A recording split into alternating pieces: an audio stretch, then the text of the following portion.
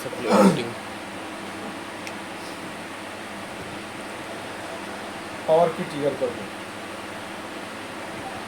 যখন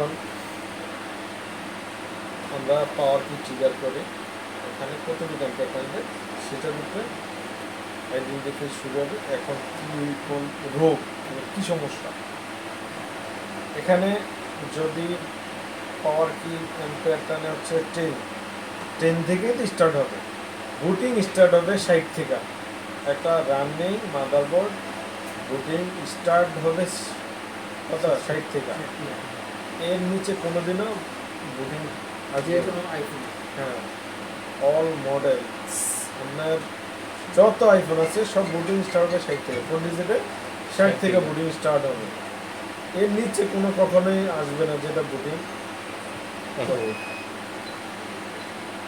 সবই আসবে ঠিক না নাটা সব দিয়ে গেছে না মাঠের লাগে দিলে ফেট মারে দিছে বড় বড় দুইটা হারা লাগছে এই দুইটা লাগে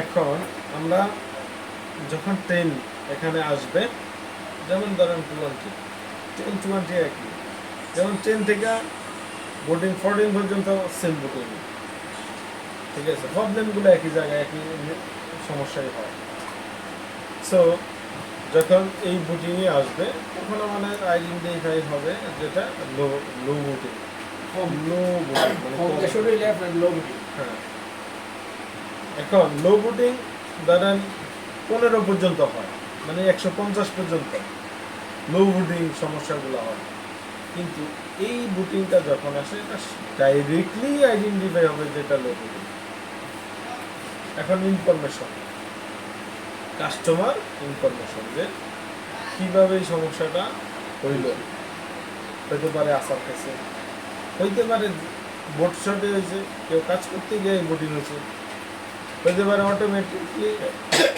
চালাইতে চালাইতে অটোমেটিকলি এমন হয়ে গেছে রোগ হওয়ার কোনো নির্দিষ্ট ই থাকে না তবে ইনফরমেশন নেই যেমন কাস্টমার চালাইতেছে হঠাৎ বন্ধ হয়ে গেছে এরপরে খুলছে চেক করছে দিকে সেইটা হইলো একটা কেউ কাজ করতে গিয়ে বুটিং তৈরি হয়েছে সেটা কিন্তু রিপেয়ার অযোগ্য হয়ে যাবে এটা ফ্রেশফুল রিপেয়ার হয় অথবা হাত থেকে পরে এরকম বুটিং হয়ে গেছে সেই ক্ষেত্রে কিন্তু সেটা রিপেয়ার করা পসিবল হবে না খুব কম যেগুলো হবে এটা পুরো লো বুটিং হয়ে গেলে হয় না কারণ আছে আমি বলতেছি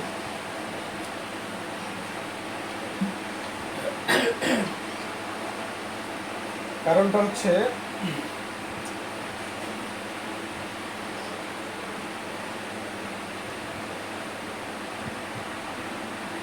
ধরেন এই হচ্ছে বাক সার্কিট এগুলো হচ্ছে বাক কয়েল এখান থেকে একটা কয়েল যদি হাত থেকে পয়রা রিমুভ হয়ে যায় এরকম বুটিং আসবে এবার কেমন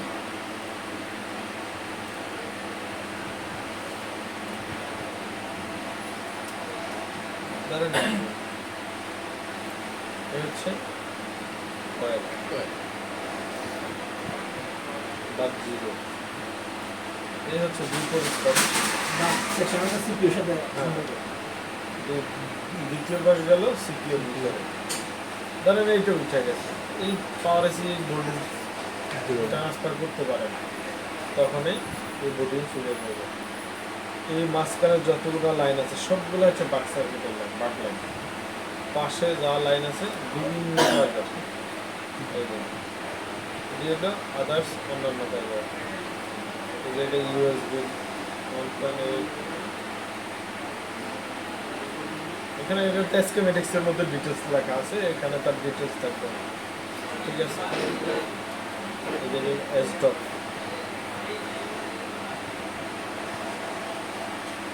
স্টক হচ্ছে কাজ করে এই লাইনে যখন আমরা পাওয়ার বাটন বা যে কোনো অপশনে ক্লিক করি তখন মানে এই লাইনে পারমিশন দেয় যাতে ক্যামেরা অন করলেন ক্যামেরা আসবে এটাই হচ্ছে স্টকের কাজ এখন যখন এরকম বুটিং হবে সাপোজ হাত থেকে পরে বা কয়েলটা ভাঙে গেল উঠে গেল বা পুড়ে গেল তখন এরকম বুটিং হবে এছাড়া এগুলো সব ওকে আছে, তাহলে কি হয়, সিকিউরিটি লাইনগুলো মিসিং হলো হাত থেকে পড়া আর পিছল, এগুলো কিন্তু কখনো রিপেয়ার করা পসিবল হয় না।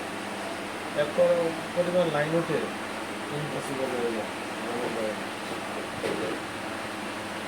আমি যেমন যোগ বলছি না, এটাই এই সেম এইভাবেই ছিল।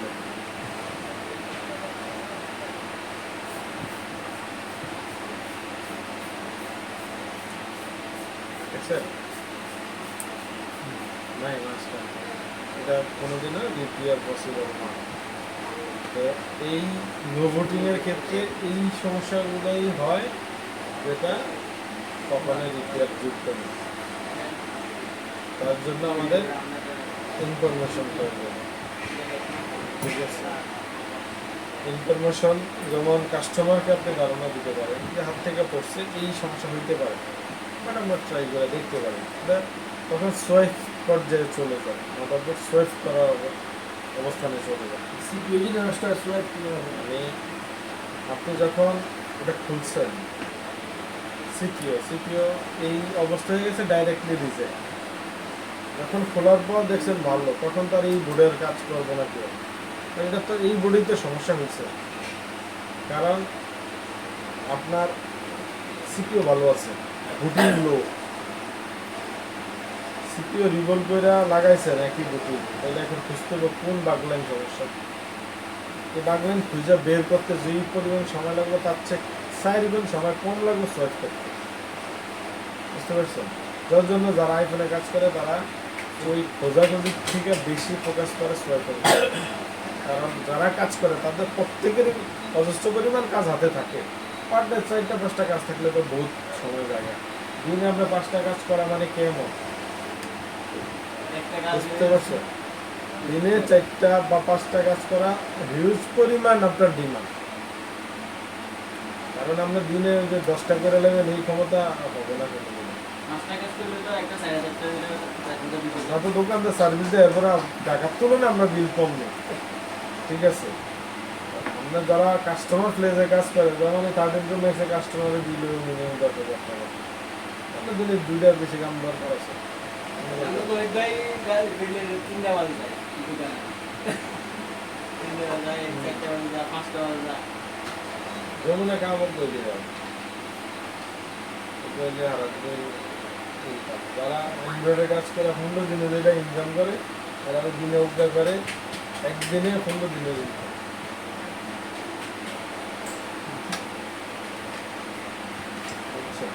এখন যাই হোক, বিল বিষয় না, ওটা হচ্ছে লোভনীয় বিষয়।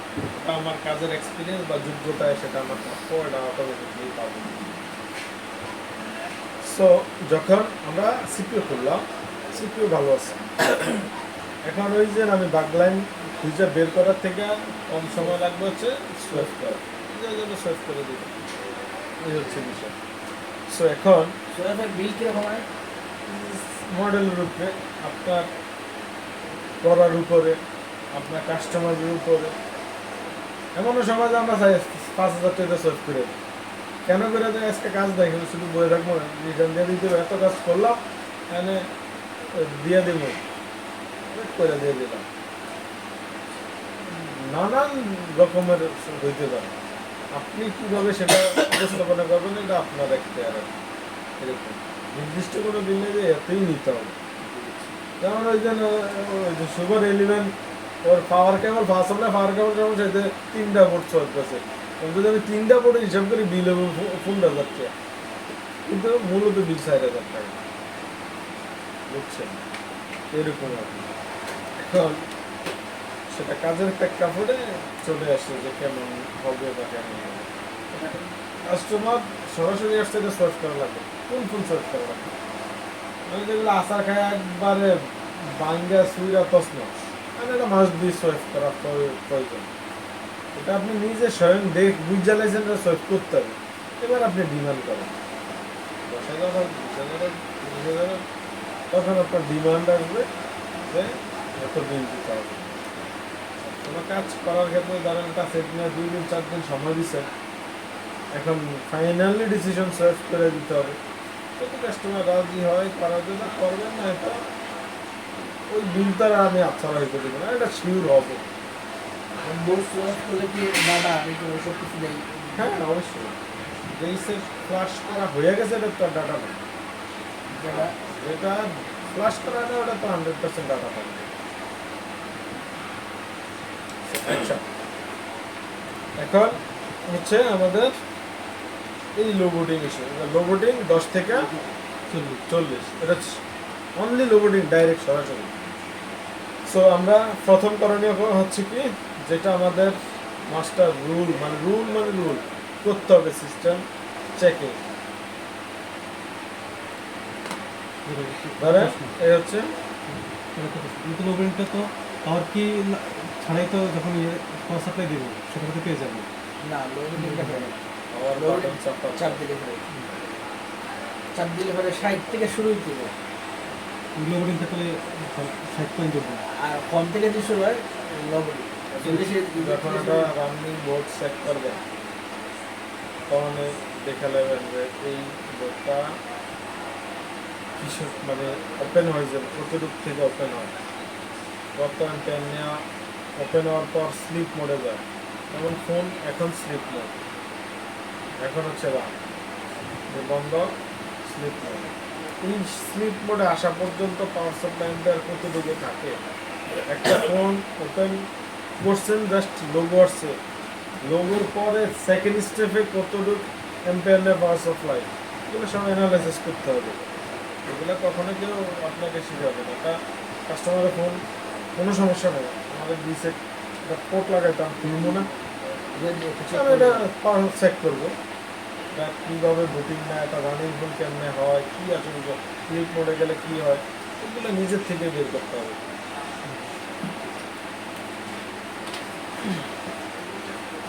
So, এখন কত 10 থেকে 40 পর্যন্ত যে বুটিং হয় এটা সরাসরি আইডেন্টিফাই হবে, যেটা লো বুটিং।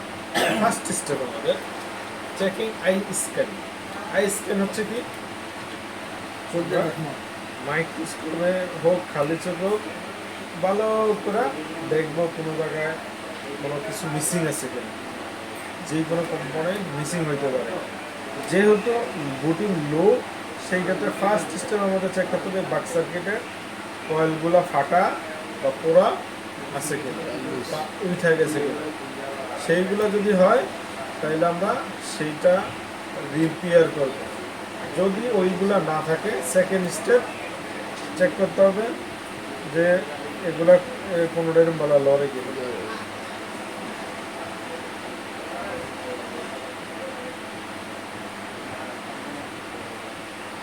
ফার্স্ট স্টেপে যে কয়েল চেক করা, হ্যাঁ, লো বুটিং। এই হচ্ছে second step checking. Third step checking হচ্ছে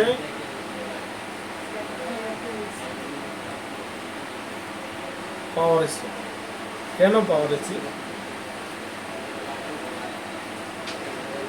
এই হচ্ছে এই যে বাদ জিরো, এই লাইন গেছে কই পাওয়ার এসির ভিতরে।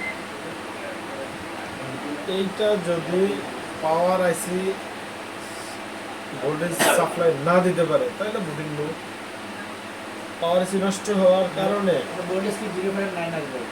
এটা হচ্ছে জিআর ভ্যালু আর কি। এটা হচ্ছে জিআর। ডাইরেক্ট মোডে গিয়ে ভোল্টেজ চেক করতে হবে ডিসিতে, আমরা এটা চেক করলাম কি জিআর। তো এই পাওয়ার এসি সারা জিআর হবে এরকম,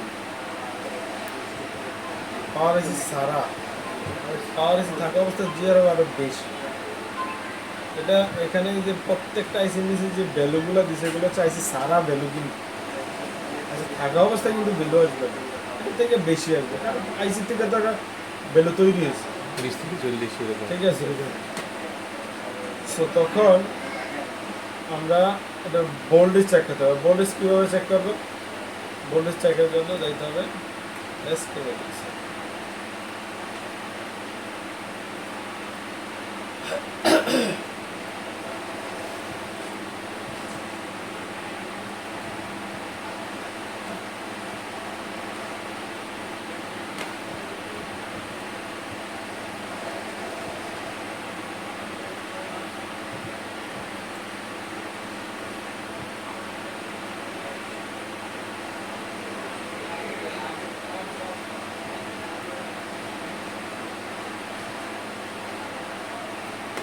এটা কত টাকা আছে 0.4 0.4 মানে না অনেক কম, এরকমই থাকবে। এখন এই বডিজ চেকিং এর জন্য প্রত্যেকটা লাইনে হিউজ পরিমাণ সময় লাগে, যার জন্য মানুষ চয়েস যায় রোবোটিক এর মাধ্যমে। আপনি কয়টা এটা চেক করতে হলে কি করতে হবে, এই কয়েল রিমুভ করতে হবে। কয়েল রিমুভ ছাড়া কি করতে হবে, এই জায়গা মধ্যে যে এই জায়গায় যে এই ভ্যালুটা আসবে এখানে পাবেন না, এখানে হয়ে যাবো আরো পরিবর্তন। তো কয়েল রিমুভের জন্য এই রিমুভ করে এই আপনার বডিজ চেক করতে হবে, আবার কয়েল লাগাইতে হবে। কয়েল লাগানোর পরে বডিজ হবে কত 1.1।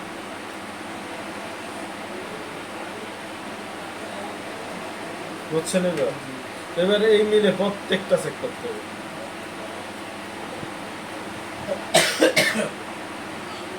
তো এই চেকের কারণেই এখন আমি এটা চেক না করে কি করবো, আমি সাপোজ কি করবো, প্রথম পাওয়ার আইসি পরিবর্তনই করে দেবো। আমার আইসি পরিবর্তন করতে লাগবে না 2 মিনিট, আমি আরেকটা আইসি নিব আর একটা লাগাবো। আইসির কারণেই তো ভোল্টেজ মিসিং হবে। আইসি যখন সমস্যা হয়ে যায় আইসি পাল্টে নিয়েছি। আমার অফিসের রুলস হচ্ছে চেক করা, আমার সময় নাই বিধানে আমি এটা ডাইরেক্ট আইসি রিপ্লেস করে ফেলবো। ঠিক আছে, এবার আপনার কাছে যদি সময় থাকে আপনি ভোল্টেজ চেক করবেন, যেই পদ্ধতি সেই পদ্ধতিতে কয়েল রিমুভ করবেন, ভোল্টেজ চেক করবেন, কয়েল লাগাবেন, বিপরীত পাশে 1.1 ভোল্টেজ আছে। এবার এই কয়েলের সাথে যেই ভোল্টেজটা সম্পর্ক এইটা এখানে ক্রাউন করে, এই জন্য 1.8 আসে। এটা রিমুভ করা ছাড়া এক্স্যাক্টলি ভোল্টেজটা আপনি চেক করতে পারবেন।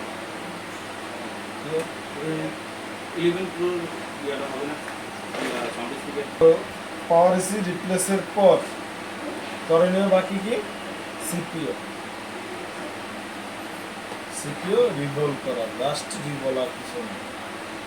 পাইসি রিপ্লেসের পরে যদি না আসে, পাইসি রিপ্লেসের পরে যদি না আসে, না হয় একই বুটিং হয় তখন সিপিও রিভলভ করা, সিপিও রিভলভ করছি একই বুটিং, এটা সোয়েট করা, আর এছাড়া কিছু করার নেই।